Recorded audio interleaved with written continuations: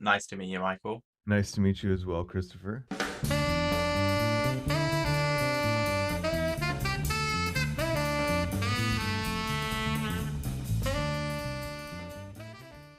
All right, welcome back to FS Jam Podcast. Today we have Michael Chan. Hello, Michael. Hey, what's up? Happy to be here. Super excited to have you here. We've gotten to know each other really well over these last, I'd say, maybe 6 months or so throughout the React Podcast Discord. And before we get into the episode here, why don't you talk a little bit about what is the React Podcast Discord? React Podcast Discord, it's so funny. It started with Mighty Joe Warren, and he just hit me up on Twitter and he's like, hey, dude, I love the podcast, but where's the community at? I want to meet people and, learn together and whatnot. I was like, there's none of that. It's just me in my office talking with folks and then kind of blasting it to the universe. And he's like, let's get this thing going. I had a Discord channel. And I was like, okay, you're going to be the first one. It's just going to be you and me here for a while. And he's like, no. And then he brought so many of his friends from the React Dallas meetup. And I started inviting people just kind of in episodes. And it grew to be this really fun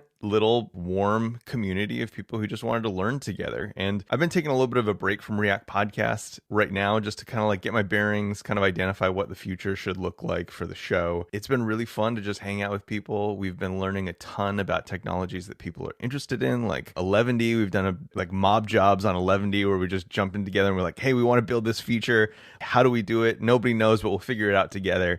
It's just been a ton of fun stuff like that. And you've been a part of that. You've given some really great talks on Storybook and Redwood. And I love being a part of a community of learners that is not judgy about each other's work, but really open to just learning from each other, experimenting, being wrong, changing direction, knowing that it's all part of the process. So that's a mouthful. But it's just a community of people who like to keep sharp, learn stuff that's not directly in their daily wheel set, and hang out with people during this time where we don't get to hang out with people very much. Yeah, I think it was really timely because, a lot of people are in this situation where they needed some sort of connection and we couldn't really have local meetups anymore. So I felt that there was a real strong need for it, and a lot of it has just kind of popped up here.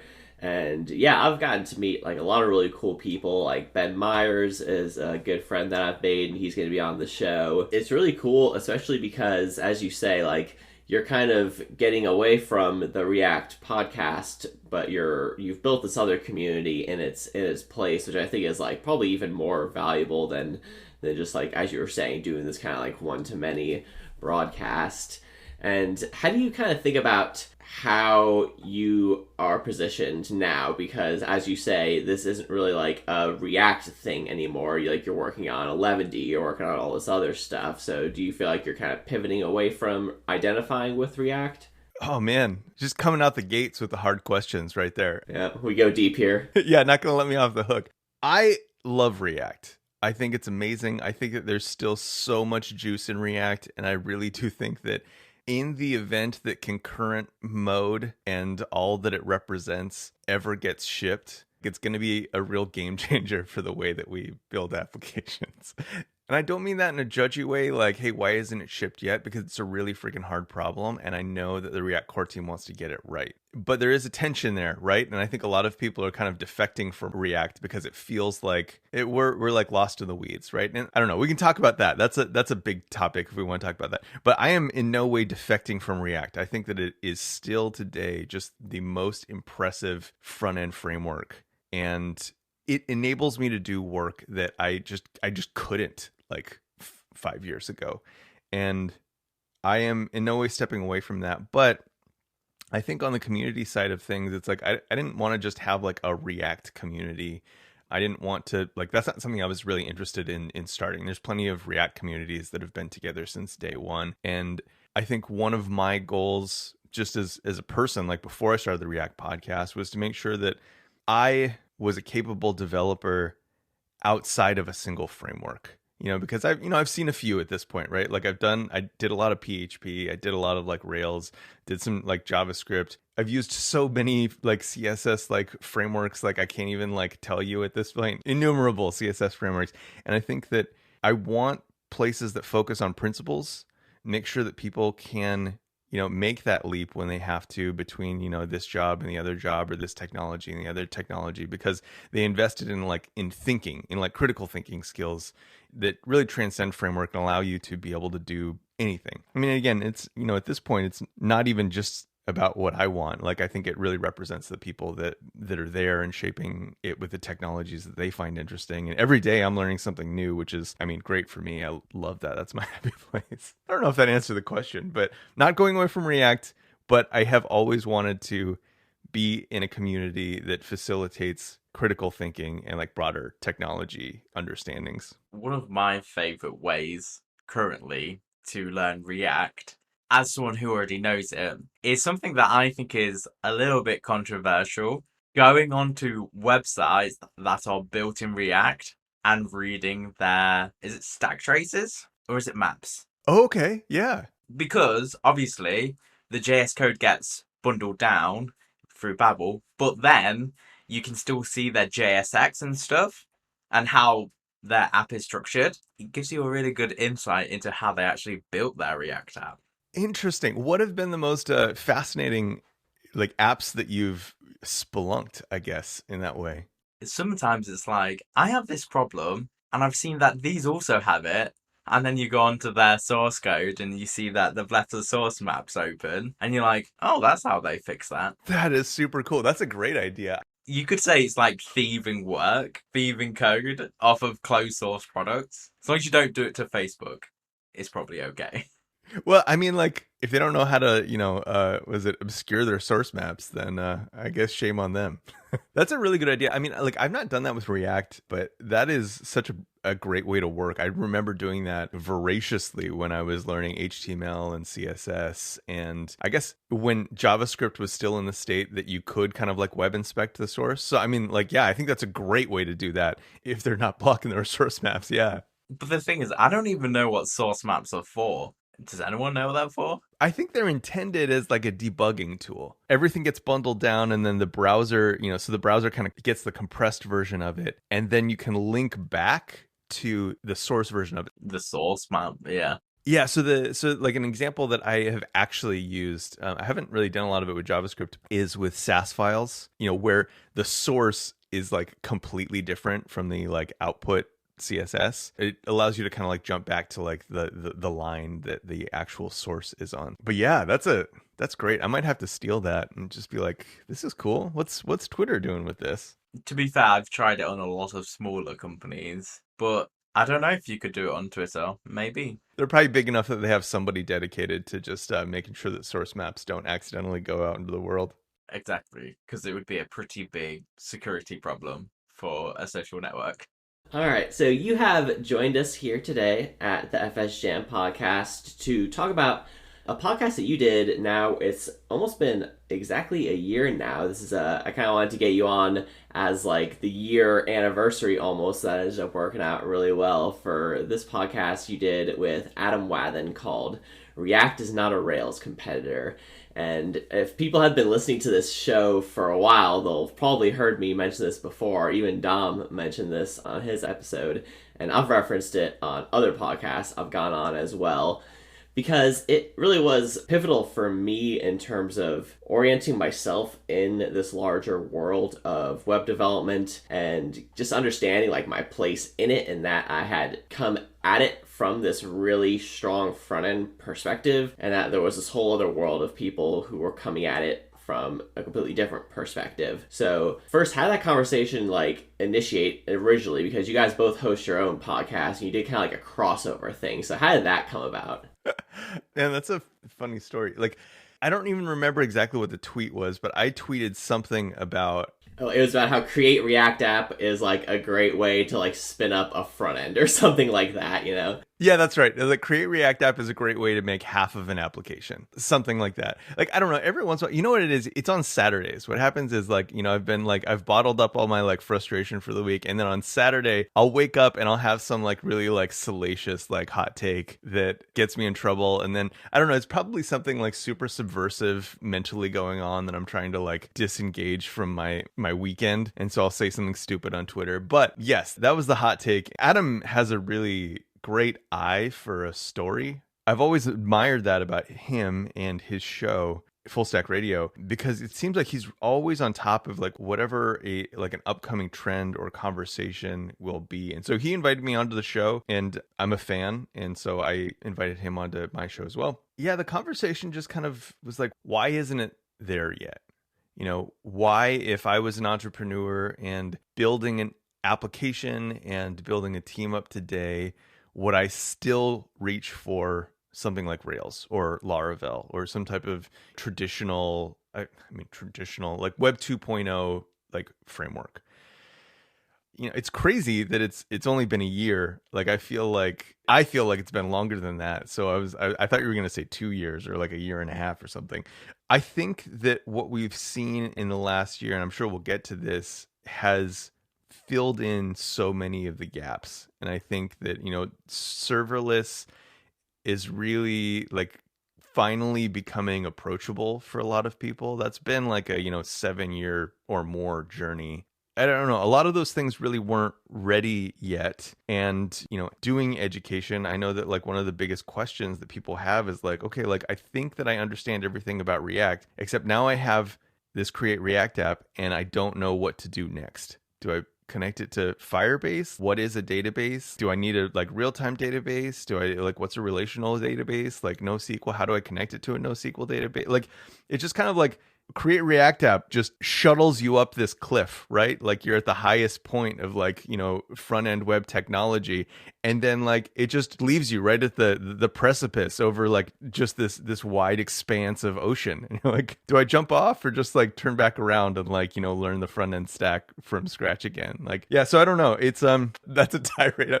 I'm sure we could move on from that, but yeah, I think that's kind of the idea of like, hey, like we've only gotten halfway there so far. And that I think is a frustrating experience for a lot of people who want to take what they've learned and actually transition that into a product versus education in Rails and Laravel is significantly different. By the time you finish a book, like you've built an application and deployed it to the world. And there's fewer questions about like, oh, okay, well, is AWS the best infrastructure? Or like, should I learn Azure? It's just like, hey, it's a Postgres database. You can put it wherever you want, but like, we put it on Heroku we used Heroku because it's easy and free. But like, it's a Postgres database that you manage. Like, and so we have not gotten there yet. Not yet. And it's not that it's impossible, but we haven't really gotten there yet. Yeah, that's awesome. And it's great to hear you try and like make the pitch, because like you have no idea how many times I've like told that exact same thing on like my own podcast. We're trying to explain what this whole thing is and why it's important. And I'm really glad that you hit on all the database stuff, because that's usually one of the first things we talk about is that there's this whole world of databases that is super consequential to your app, and that Create React app, as you say, has absolutely no opinions about. And so by giving you a lot of those opinions around the database, that gets you a huge chunk of the way there. But you can make opinions about the database. That doesn't necessarily lock you in also. It's about making an opinionated choice, but still one that you can opt out of or that swap out or that kind of thing. I had an episode of React Podcast with Tom Preston Warner, who you're great friends with. He used terms that I'd not actually heard before, but I was familiar with the concept, the idea of bundling and unbundling. He was using that to describe Redwood. They're bundling these like disparate pieces of front-end architecture and infrastructure together to be able to make applications. And I think that is great. And actually more so because they're integrating the Prisma side of it, which is roughly equivalent to like an ORM from Rails. So all of these things are starting to come together. There is still that very confusing piece left of what the database actually is under the hood. And that is such a hard thing because there's so much hype about new wave databases and, being like edge ready and a bunch of like killer terms that I'm sure make all these companies a ton of money in their VC pitch decks, but are so confusing to like people like us who just want to make something. So that part of it is still a little bit frustrating, but I feel like Redwood has done, as far as I can tell, the best job so far of like making these things feel like a cohesive framework. One of the things that I always wonder, and I bring up a lot, the concept of everything is just a CMS to a certain extent. Any type of database work you do, you're just a fancy CMS at the end of the day. How many React applications could you bundle down to it's a CMS for X? All of them, right? Like at the end of the day, you have an Excel spreadsheet and like a cute UI on top of it. Like that is web development. I mean, I'd be hard pressed to find a like productive example of anything that we do that isn't effectively just like a cute like front for a Excel document. There was a tweet going around maybe a couple years ago, the notion of every SaaS being one of the 4 primary Microsoft Office products, and knowing which one you are is like pretty key to like focusing on your market. Word, PowerPoint, Excel, and Outlook. Would that be the 4th one? Yeah, probably. Yeah, I think so. There may be more, or but yeah, that's the idea. I mean, Word, PowerPoint, and Excel being like pretty much the key ones. But yeah, Outlook too. I mean, like you look at Superhuman. That there's a huge market for email clients, right? Which is Outlook, and products like Basecamp and whatnot, or like fancy Word. Anything that ever shows a list of things or people is Excel, and it's nuts. Like, well, there's people who actually make websites now with Airtable. They take Airtable and then they use that as like a headless CMS, to Chris's point, and then just import the cells and make those, make that your HTML or whatever. I don't know how they actually do it, how they do the ETL. I suppose you could do it a bunch of ways. I have done that, and it's amazing. It's great. Every year for my partner's birthday, I create for her a website, and I let people kind of like leave nice notes, send in a picture that's on their phone of her, like, whatever. And I always try to do it in a technology that I'm uncomfortable with or like unfamiliar with as a way of learning. And it's a fun kind of, annual or semi-annual project. And this last time I did it in Airtable, I just did like Airtable, and I was going to use something else, but Airtable is so good. You set up your database, you put your fields in there, and then like you literally just like click a button, and it's like, I want a form for this that represents this data, and I want like a list view, like a list and show view, so people can like see the list, click in something, and then see that thing. And so I just literally pushed 2 buttons on an Airtable, and like the thing was done for me. I just shared a link, people could write stuff in, put images in. It's wild. Like, it's super fun stuff. Super fun stuff. We're like so there on the low code movement for sure. I remember it must have been a year ago now when everybody was talking in Gatsby on how to use an Excel sheet for your CMS. So a Google Excel sheet as your CMS. It's just getting to a point where everything is just a CMS, and that's what I really like about Prisma. It just makes databases like a CMS. I never have to worry about SQL or anything like that. Prisma is the way to go. It is interesting. So with Prisma then would become your integration layer between. So I've not actually used Prisma save for the tutorial in Redwood. So does that become kind of like your integration layer between like multiple services? So if you wanted to connect your Google Sheets, but then also you have data from an Airtable and all that kind of stuff, if you wanted to query all of that in one place, you would do that in Prisma? Not necessarily at all, really. It's more just to your database. Okay, got it.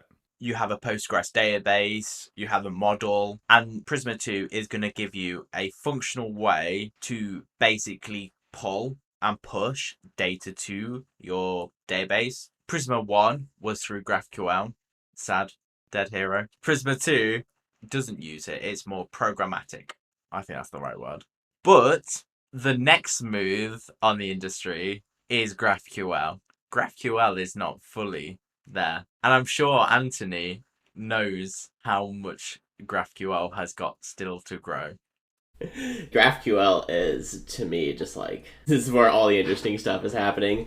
But this doesn't really have anything to do with the database, I don't think, because, well, I mean, it doesn't, because it gives you a way to talk to your database, but like you were saying, Chris, Prisma doesn't do Airtable, like Prisma only does relational databases. So if you want to mediate between all these other services, that's where GraphQL is actually super interesting. And that's why I think even though Prisma was once doing the GraphQL stuff, Redwood has now taken on the GraphQL stuff themselves. And so they're going to become a more swappable piece than I think Prisma will be, but it's kind of going to depend on how all these things develop over the years. And there's 2 models to GraphQL that I think is very much in the industry right now. Is the Gatsby model, where you just put in all the API sources you want through like plugins, like an Airtable plugin or a Contentful plugin. Or there's the more managed solution of GraphQL. For example, in my company, we talk to Stripe through a custom GraphQL interface. We talk to Prisma through a custom GraphQL interface. And then it's almost bleeding edge technology where you can turn any REST client into a GraphQL client. And even SOAP. You can turn a SOAP API into GraphQL with GraphQL mesh. It's pretty crazy. That is really the magic of GraphQL, right? I was confusing it earlier, like, with what Prisma is designed for. And I think that's maybe part of the problem kind of in this like full stack. Can we replace these full stack frameworks with React yet? And I think part of the problem still is that confusion where these pieces are becoming so nuanced that it's like, I don't even know what they do anymore. From Prisma 1, the separation of GraphQL and kind of like Prisma 2, what does that mean for me? Like, why do I care? Like, I just want data, and now I have two layers of abstraction between me and my database. Like, at what point do I just burn it all down and like just do SQL queries from React server components and that's it? I've been doing React for like 4 or 5 years now, but I'm still like, what's concurrent mode? Give me a use case for concurrent mode. People have that turned on right now. What do they do with it? Just don't know. Just never got to that point yet. But that's the thing about React. You can skim the surface so fast and get up and going, but then to learn all the hooks and how to use all the hooks properly in the right contexts, that's going to take you years. It's challenging, right? Because I think front end frameworks, I think, have not really adapted from the early marketing pitches. All of the front end framework, like front pages, look at Rails, look at Laravel, look at like, the front end pages of like all of these things. They are communicating the value of like what you're going to get by using the framework, like at a high degree of abstraction. Look at React, look at Angular, look at Ember. The front page is like them showing you the 3 easiest possible components that you could possibly build in a front-end framework ever. Things that you could have done in like jQuery and maybe 4 more lines of code. They have not evolved past that point 7 years ago where they were all just pitching on like ours is the easiest framework to set up. I think that that's bullshit, right? Like in the past 7 years, like we should have moved away from that to like, hey, building applications is hard. This is going to help you in these high level ways, and you're going to have to read the docs to figure out how to do it. Oh man, now I'm in it. So this is where I get in trouble time. Read the effing docs is one of my favorite rants of all time. Wait, I've just got a side thing to say. You say the React website is like, here's how to do it easy. They're still using React components and classes on their homepage. Yeah, it's true. It's true. On the React homepage is React classes. Who uses classes these days? Yeah, it's why and so I know that there's like, and I don't want to discount the incredible work that's going on behind the scenes because I know that they've been doing so much user research and testing into like Docs 2.0. However, this is where front end is super weird and confusing for people. Am I supposed to use hooks or am I supposed to use classes? This has been kind of a refrain from educators for a really long time of like, I'm teaching only hooks because I feel like that's what we're supposed to be doing. But then everybody goes to the docs and it's like, wait, the front page of the docs says that I'm supposed to do this other thing. Don't believe the docs, I guess, except for when you're supposed to like actually learn something and then go to the docs, but only go to this like subset of the docs. And again, there's some amazing stuff happening. However, I think it's kind of a bad time right now. Like if you want to be a front end developer. I live this. I mean, I live this in my boot camps. Like, so what you're saying, like, I can testify to the truth of it to like a very, very strong degree in the sense that we learned hooks first. Like our first exposure to React day one was use state. So it's going to be your mental model going into it. And I think that's great. And I think that is the right choice because the React community seems to have collectively decided that hooks is the way to go. And I think you agree with that as well. But the problem then becomes, okay, you learn that, then they're like, by the way, here's this entirely different way to do it, and this is actually going to be the vast majority of the legacy code you're going to work with, and now you have to understand, as you're learning it, how these two things relate to each other in highly subtle and non-obvious ways, And then instead of having this like hook thing that you're just kind of confused but can work with, you have these two things and you don't understand anything. Like, I waffle a little bit because I don't want to. Also, I've said a number of like curse words at this point. Is that fine in this show? Should I stop or? Yeah, no, you're good. You can swear. I'll probably edit them out, but I like the passion, so feel free to let them fly.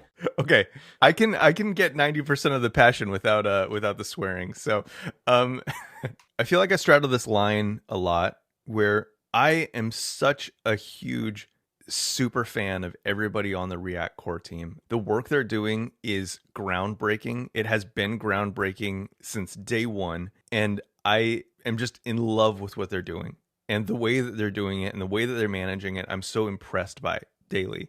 But at the same time, React exceeded all of our expectations for adoption. And I have a huge amount of compassion for how freaking difficult it is for a new React developer to like get anything done. And I think that React, as it stands today, is a very difficult framework to learn because of exactly what you said. Yeah, you go through a course and you learn hooks, but like you're going to join an app, a percentage of the code base is not going to be in hooks. And you're going to have to learn all of those boundaries, and you're going to have to learn classes just to handle those use cases for things that you don't even understand the boundaries of why it's done in a class and not a hook anyway. And it sounds like, oh, okay, well, that's part of like a progressive journey of being a React developer, but it's really not. Like if you're pitching yourself as a React developer, you're expected to know these things. It's very difficult. I have a lot of empathy for people trying to figure it out now because you really have to know all of the APIs in order to have a job writing React.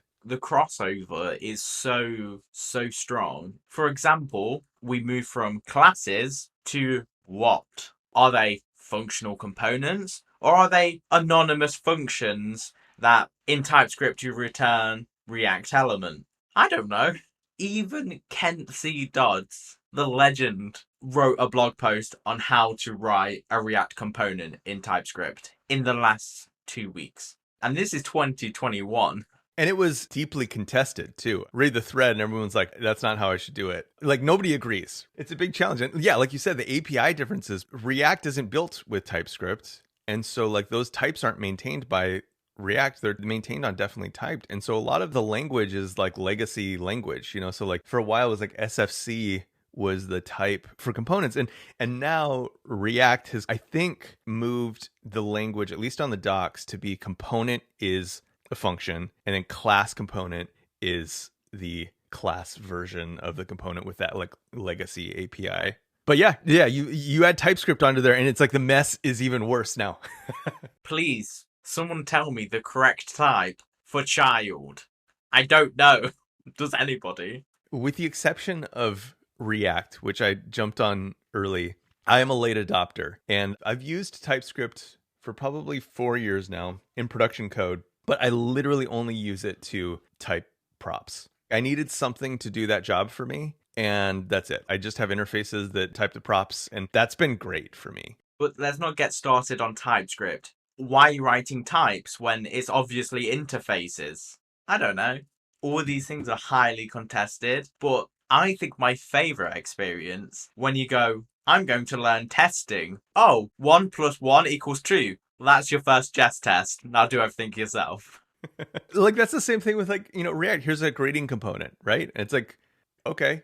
Like it's tough, right? Because I'm sure that you experienced this on the, you know, doing the Redwood docs, Anthony. Like, actually, I'm going to leave this with something that it's like, I don't even know if DHH actually said this. David Heinemeier Hansen of, you know, Rails and Basecamp fame. But there was an interview I listened to, and it was right around it was about the Node.js and IO.js split. He was saying that he does not envy the responsibility that everyone has in trying to like bring those things back together. I've never been able to find this interview, so I think it might be part of like a fever dream, and I'm just attributing it to DHH. But he also said that, which is something that I'd not put together, this notion that the closer you get to the user, the harder development becomes, because so much of it is like, that's the domain that your product is like solving for the customer, right? Like we talked earlier about like, well, everything's basically like one of the word products. But how does it differentiate? It's that user experience. How you get from point A to point B. The subset of customers that you've decided to service, their specific paths of doing a task. And the closer you get to the user, the more decisions you have to make as a developer and have to like live by. You spin up a new Rails app and it's like they put the lists in like tables. The notion of like front end and React is like just like hilarious. It's like it literally looks like an Excel spreadsheet when you Rails new. I just remember that really sticking with me, that the closer you get to the user, the more difficult these decisions become. And I think we experience that pain in how difficult it is to write a useful front-end tutorial, because we have to tell people things in the abstract of like, oh, you can build a component like this, as opposed to you can add a new record for a user end to end with this. Like, it's a totally different way of communicating to people. And I think that like as an industry, we just haven't evolved yet to how to communicate to people effectively in that way. And I don't even know what it looks like, because at the end of the day, like people don't like strength training. And I think the best way to probably learn front-end development is to build 100 components and wake up, and before you start your day, like start with some challenge of like, okay, well, how would I build this component? Do it and then be like, okay, cool. Like that's one more thing that I know how to do. That's exhausting. Like we don't take that approach. Yeah, I agree that as you get closer and closer to the users, it gets harder and harder because you're increasing the space of potential edge cases as well, and differences of not only experience and knowledge, but even access to equipment and tech and all this sort of stuff. And as you get further and further out, you have to, at a certain point, make decisions for the largest possible use case and just say, I can't cover every possible use case. It's just you can never do it. So it becomes a kind of mindset shift in that respect. Yeah, and Christopher, like what you were talking about, like the layers of integration, right? Like, you have React, and then you have TypeScript on top of that, and the API that TypeScript provides to type the React components, which isn't bundled together, has different language, which you have to like interpret as a developer. You have like, I don't know, maybe you use some off-the-shelf UI library, and you use some like off-the-shelf, React querying system, and then that uses, it hits GraphQL, but that GraphQL is building queries through Prisma, and like the graphs of technologies that you have to be aware of is becoming so huge. And then, I mean, we haven't even talked about the complexity of offline mode and web workers, and all of these things just don't exist for that server-side CMS. You're going to send a request, the server's going to do some stuff, and it's going to send a response back. That boundary is like so freaking clean. It's like just delightful, right? And like, yeah, you can't do stuff offline, but also like you gained simplicity for it. And like right now, it just feels like we're kind of in the muck because everyone is telling front-end developers, this is the most important thing. Speed is the most important thing. Like rendering performance is the most important thing. Layout thrashing is the most important thing. Like first contentful paint, offline, like, web worker use. Types make everything better for your users. It's like there's a crowd of people like just behind you every time like you're just like trying to like, I don't know, like put someone's like middle name inside of a form field. It just seems like there's a crowd of people yelling at you, and it's a tough space to be. Web workers, I still feel like I've low-level PTSD from when your web worker just decides to stop rendering the website completely. And you're like, why are you doing that? And it's like, I don't know. You deleted the content that I'm trying to render. The thing is, you're like, oh yeah, web workers, they're like this futuristic thing. But even, I think it was on Front End Happy Hour, someone who works at Netflix trying to wrangle the service worker at Netflix is like, your worst fear is just like your service worker just blocking out 20% of the users forever, because that's how browsers work. Yeah, I mean, it's really scary. And like, I mean, I always like to say to like lean on the browsers as much as you can. But, the more you do that, you have these edge cases where it's like now the browser subtly changed and you can't update something for a good chunk of your users for some indiscernible reason, and you're not really sure how to do it. That's a bad day at work, a really bad day. One topic I'd like to get your take on before we close out here is ESM, ECMAScript modules. I know you're going to be giving a talk about this soon, so you've been doing a little bit of research on these. So I'd be curious to get your kind of high-level views on why these are important and what they're going to kind of change in JavaScript world. I'm a huge fan of the way ES modules, JavaScript modules, like whatever we want to call them, the way that they work. Like a huge fan. Like I'm grateful to everyone who is involved in making those what they are. JavaScript is not an easy language to create new features in, and dang, I feel like ES modules are just fire. I love them. I haven't used modules in many other languages, so I'm just going to say that. My experience has mostly been in Ruby. I think the thing that I really like about ES modules, they feel very browsery, right? Like so you have the static imports, but you have also the dynamic imports. The named and kind of like default export, there's like a lot of features that you can, utilize there for some really like nice expressiveness in code. I think a lot of times we underutilize a lot of those features. I think it's getting better, but I think that especially in React, I think there's this one ESLint rule that I've always raged against is the one component per file, which I think is just absolutely harmful because there's so many reasons to put multiple components in a single file. I mean, especially when you think about context in React. Like, I don't even know how you would make a useful context module without having like multiple exports from that module. But anyway, I digress. I think that there's a lot of features there that can be used to make your code more discernible, have it communicate better, especially with the editors like VS Code that give you a lot of those kind of like, it uses the TypeScript engine under the hood and kind of like understand all of these relationships.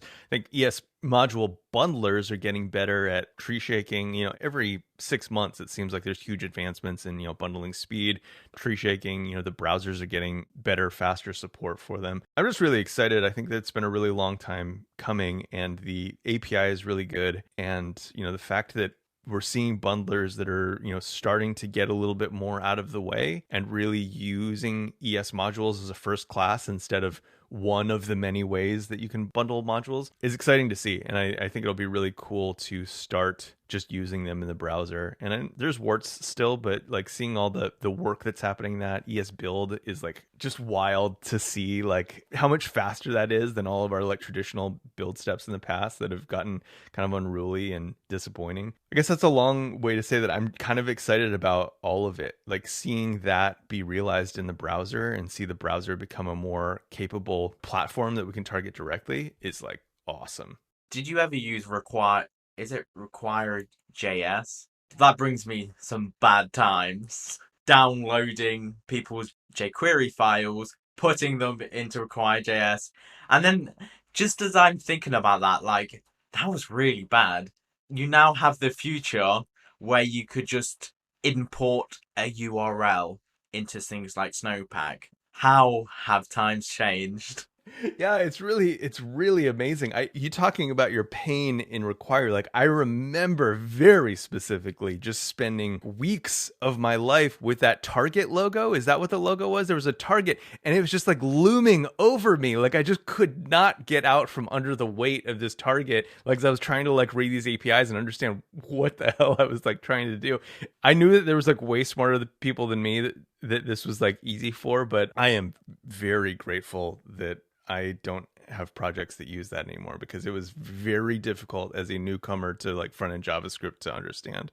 It was, especially where you're using PHP. So you're using a bit of PHP, bit of require.js, to get your popper and I don't know what else, like Bootstrap, popper.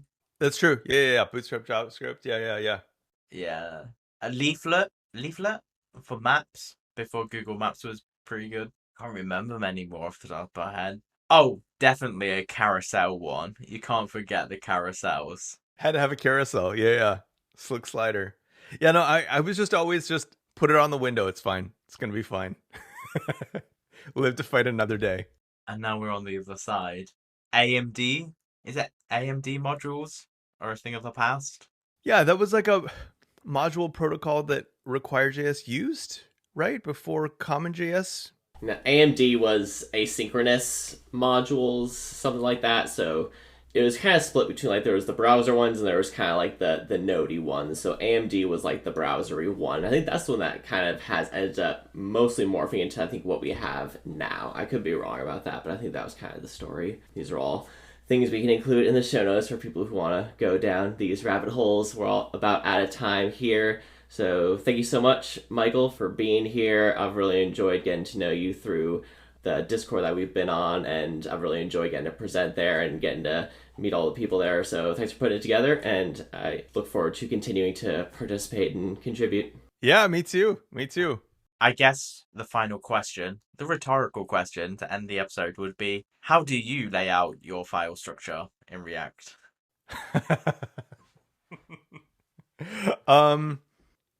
I have a modules directory, and I put every single module in there, and they all have like a mix of, you know, named and default exports. I don't use any globals in there, and it's flat. It's just a big ass directory of modules. I don't care if they're just JavaScript or React or whatever. They're just in that directory. Bold. Why don't you also include your contact info so people can get in touch with you? Oh yeah, so I am Chantastic most places.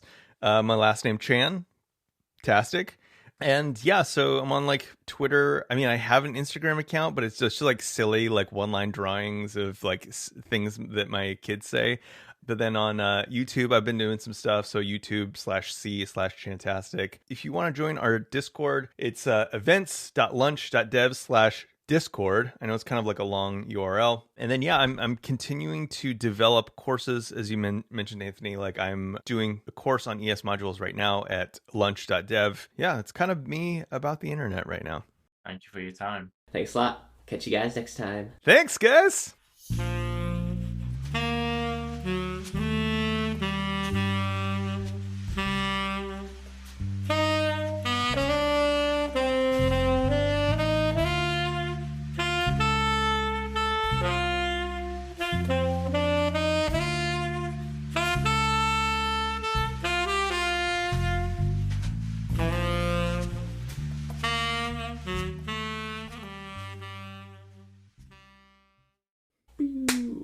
Oh, man, I love it. I love when people get on here and rant.